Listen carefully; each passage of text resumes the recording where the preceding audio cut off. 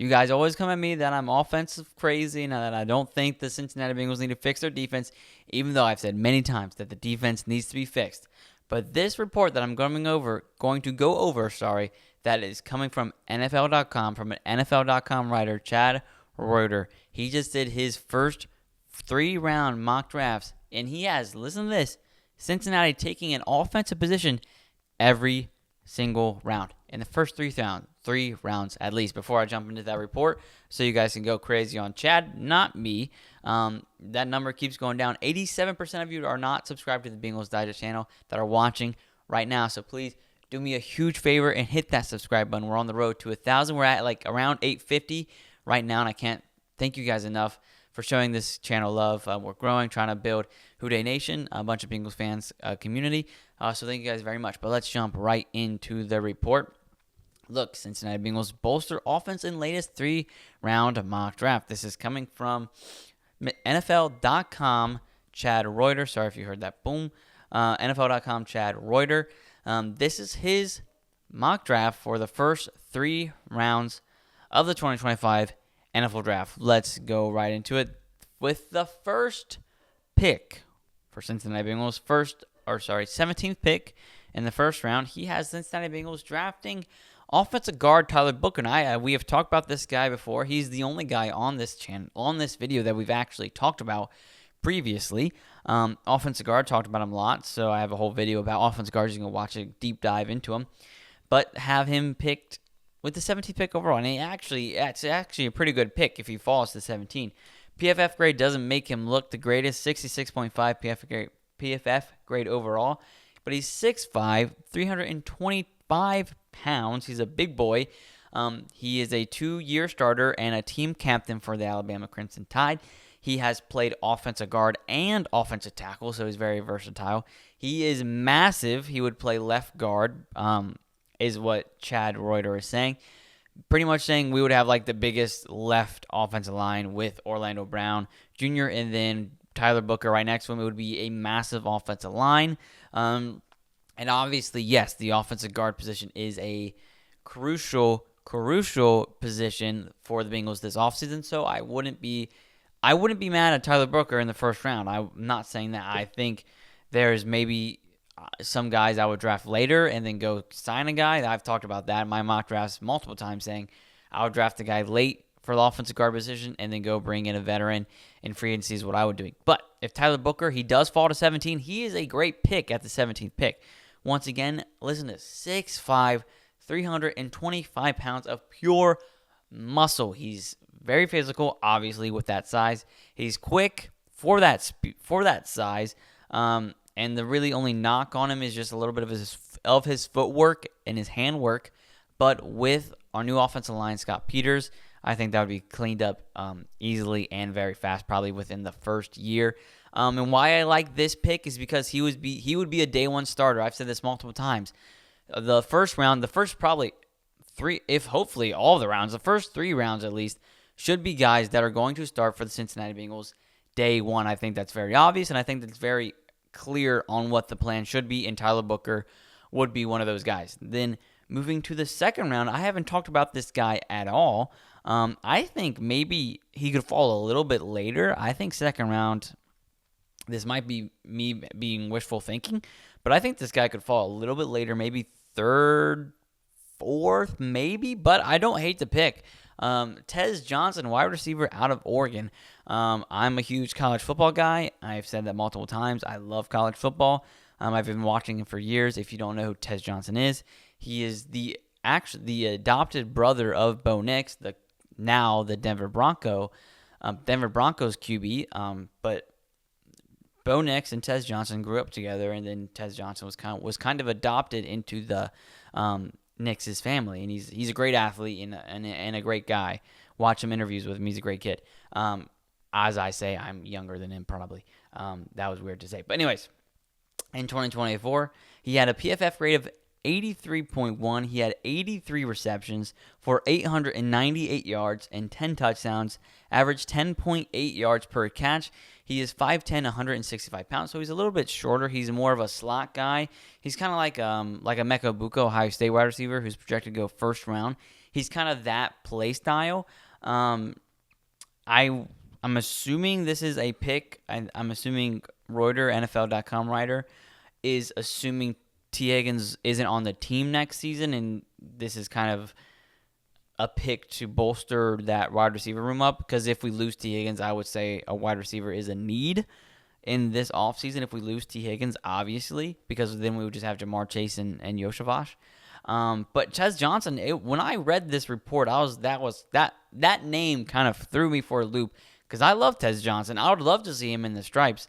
I think second round, we could maybe get him in the third round, maybe, if he falls. But once again, I don't hate the pick. And you guys are going to say this all the time. You guys say it in the comments already that I'm an offensive-minded guy, and I definitely am, even though I played defense when I played football. I think it's easier to draft offensive guys than it is to draft defensive guys. I said that multiple times before, too. I think it's way easier to draft offensive guys than defensive guys. Not saying we shouldn't draft defensive guys, but that's what Chad Reuter is saying from NFL.com. I don't think Tez Johnson's a bad pick. He's more of a slot guy. Like I said, he's a small, skinnier guy, but he's extremely fast. He's extremely agile. He's extremely quick, and he has incredible hands as well. So if we were to lose T. Higgins, I think Tez Johnson, he's not the guy that's going to replace T. Higgins' play style, but he is a guy that would come in and be a day one starter 100%. 100%. And then NFL.com, Chad Reuter, for the third round, has another kind of curveball. Once again, like I said, all offense. So I know you guys are going to love it. But I've said this multiple times. I say if Tyler Warren is available with the number 17 pick, that we should get him. This isn't third round Tyler Warren, but it is tight end Harold Fannin Jr. from Bowling Green. He great player. He was in the Senior Bowl. Go watch his highlights. Phenomenal season. 117 receptions for 1,555 yards, 10 touchdowns, average 13.3 yards per catch, 6'4", 230 pounds. And listen to this. PFF-wise, receiving grade, so not overall, but receiving grade among all tight ends, he finished first with 96.0 PFF grade, receiving grade among all tight ends.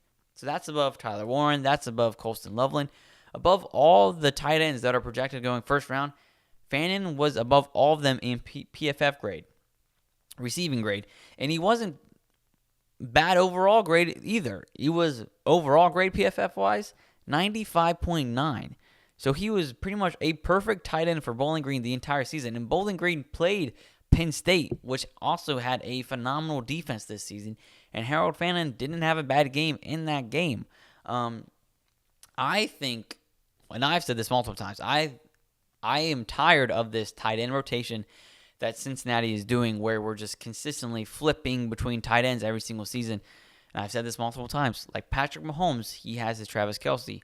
Tom Brady, he had his Rob Gronkowski. That's just how it is. All these elite quarterbacks seem to have their tight end for their career. Joe Burrow hasn't had that. This last season was Mike Gesicki. Before that, we tried Irv Smith Jr. That turned out terrible. Before that, it was Hayden Hurst. And then before that, it was C.J. Uzmanzada. And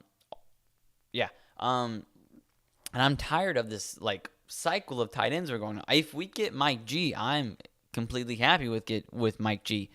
But I don't, even if we sign Mike Gesicki to an extension, even if it's 1 or 2 years, I wouldn't be mad at drafting a tight end in this draft, because Eric All, with his complication with the ACL surgery, he's going to be out again for 2025, the whole season. Mike G, he's a great tight end, and I want him there, but he's not like he's going to be there for another 10 years, right? Go draft a guy. That's why I'm so high on Tyler Warren, because then we would have him for at least 5 years on his rookie deal. But then for the foreseeable future, Tyler Warren is going to be one of the best, if not the best, tight ends in the NFL. 100%. That's why I'm so high on Tyler Warren. But if you go get a guy like Harold Fannin Jr. in the third round, he could be one of the greater tight ends in the NFL going forward, especially with a quarterback like Joe Burrow. And like some people in the comments have said, they're fine with this rotation of tight ends because Joe Burrow is so good that he just makes these tight ends look so much better than they had before.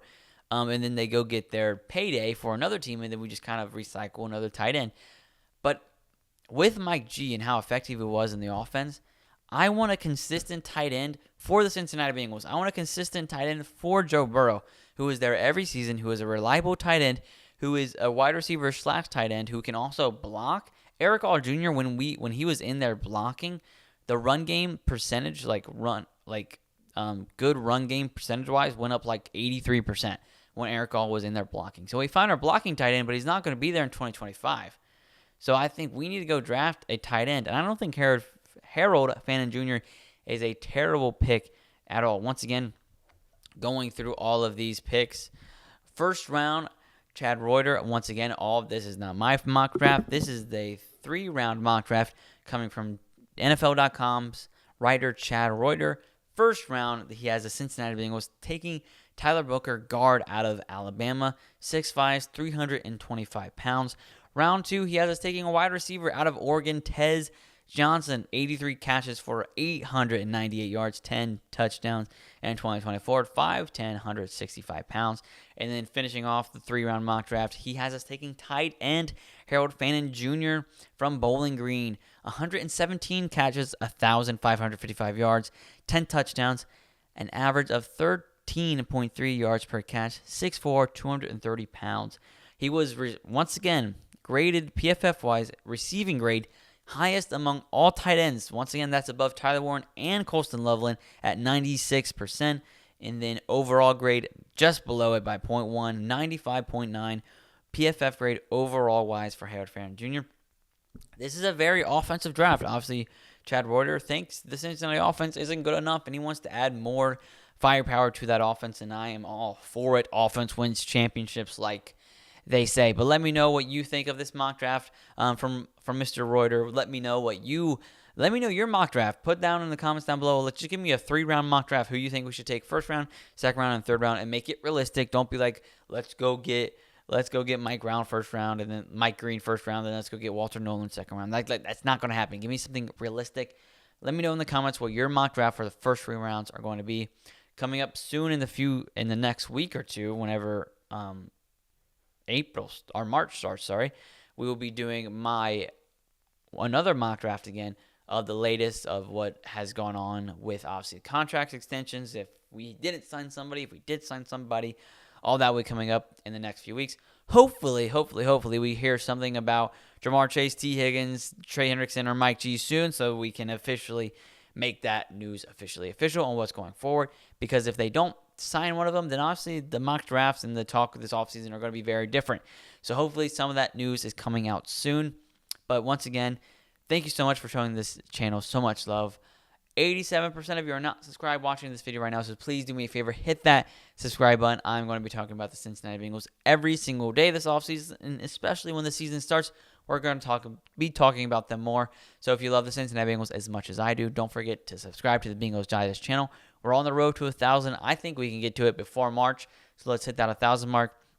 Share this video with your Bengals friends, because Bengals football is better together. Like this video, and once again, comment down below your first 3-round mock draft, and I'll see you next time for Carson Lokey. I'm Carson Lokey for the Bengals Digest channel. See you next time.